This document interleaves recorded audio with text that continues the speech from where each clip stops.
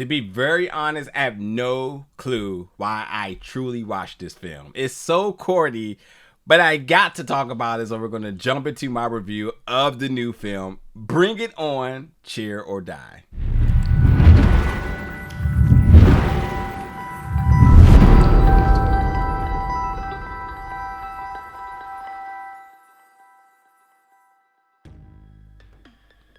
What's up, everybody, and welcome back to the channel today for another review. And today we're going to be reviewing the film Bring It On, Cheer or Die, coming to SYFY on October 8th. Now, yeah, this film is completely corny. I get it. I'm not the demo. So you say, well, why would I watch this? Yeah, okay, I'll tell you why. I grew up, and let's just be honest, the film Bring It On was a staple of my childhood. You heard it, okay, fine. Can you let me live? Like, I did. And there was a little bit of intrigue where I said, okay, well, let's just see what this one got. And Kristen Dunst, Gabrielle Union, y'all remember the original. Like, that was a staple of my childhood. Like, it wasn't one of my favorite films, but everybody knew the film, whether you were going on dates or whatever it may be. I had never seen any of the other ones. I know there was a ton of other ones that released. But SYFY also did Slumber Party Massacre last year. That was surprisingly very good. I enjoyed it. So I said, maybe they can surprise me again. And not really. This is an ultimate chick flick. It is definitely pointed towards that high school audience, who's not really to look into anything serious. The ones that may be a little bit reserved about horror films, because this is absolutely PG. There's no gore. Everything looks completely bogus. Even the slasher that is on the loose here. It's no reason that somebody can put this on brainlessly and just enjoy it for that demo. For somebody who's looking for something a little bit more sophisticated, a little bit more serious, like myself, then this is not for you.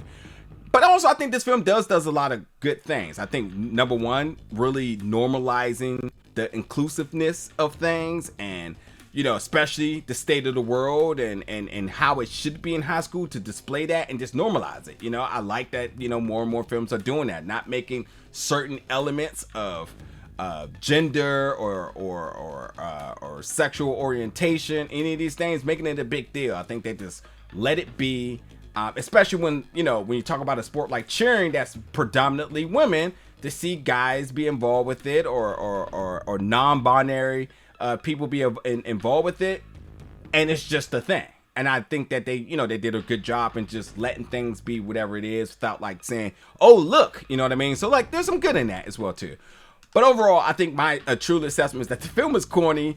The slasher wasn't good. When I noticed that there was not any blood or gore in this, I was like, okay. So even the killings, the costumes, there's a lot of things that just completely unbelievable. I did at some points enjoy some of the banter from some of the characters. I thought that some of the dialogue was enjoyable. I thought that I thought there was moments of this that, like, I thought I may want to start getting invested into it, but yeah, it just turns out that it just never landed for me. It just really didn't. But it does follow all of the traditional tropes of a slasher. Having a slasher on the loose, trying to seek revenge for whatever reason. There's a final girl and all. They do all of that. And the fact that they use cheering techniques in order to fight and defend was completely the most funniest thing in this at all. And if I haven't mentioned, I'll just say that you have a cheerleading squad who's practicing their routines on Halloween weekend on an abandoned school. And then they're being picked off one by one by an unknown killer. There's also a little bit of background that another cheerleader had died the previous year, and there's a little bit of rumors going about how that happened and why it happened and so on, and that seemed to have now resurfaced coming back into this year. So like, it tries to build a good story. I also think they're also trying to extend this to be something more than this. Apparently there's a lot of these Bring It On movies, and I've only seen this one and the first one, so I couldn't tell you about any of the connectivity of any of them or whatnot, but this does seem like it wants to do another one. And if they're doing this many, then there obviously is an audience from somebody. Maybe for the cheerleaders in high school, maybe this is entertaining because of you know, the aspects of it and maybe the drama within cheerleading squads, whatnot. I think that may be something people are keen to and whatnot. But yeah, but I will say the most important thing of this film, I think, is the choreography. I think that the cheer and the stunt works is solid. They clearly performed their own stuff, as you can see during the credit. So I commend them for really, you know, putting in the work to put on an authentic performance, especially during the pandemic, because when you see them practicing during the credits of this, they're wearing masks, and just how cardio demanding and physically demanding that this is, and having to wear a mask and then go out and act and continuously do this over and over and over. I gotta give it to them, man. They really did a good job. And I don't know much about cheering, but like, it looked cool. The stunts that they were doing, the flips that they were doing, and how they kind of implemented it into a slasher horror film. I was like, okay, I guess it works for them, you know. But I just wasn't a demo. So overall, I think that, like, if this seems like a film that is directed towards you and speaks towards you and calls towards you and of interest of you, then hey, check it out.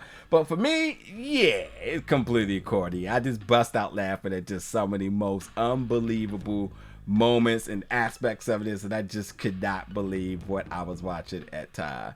And then again, some of these characters that were in it were funny, were entertaining, good banter, obviously really speaking towards their audience, and some of the lingo that was being used and whatnot.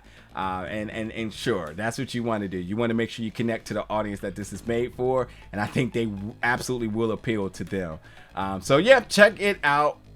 Bring it on, Cheer or Die, on SYFY, October 8th. Jump in the comments and let me know your thoughts about it. And as always, stay tuned for more reviews very soon.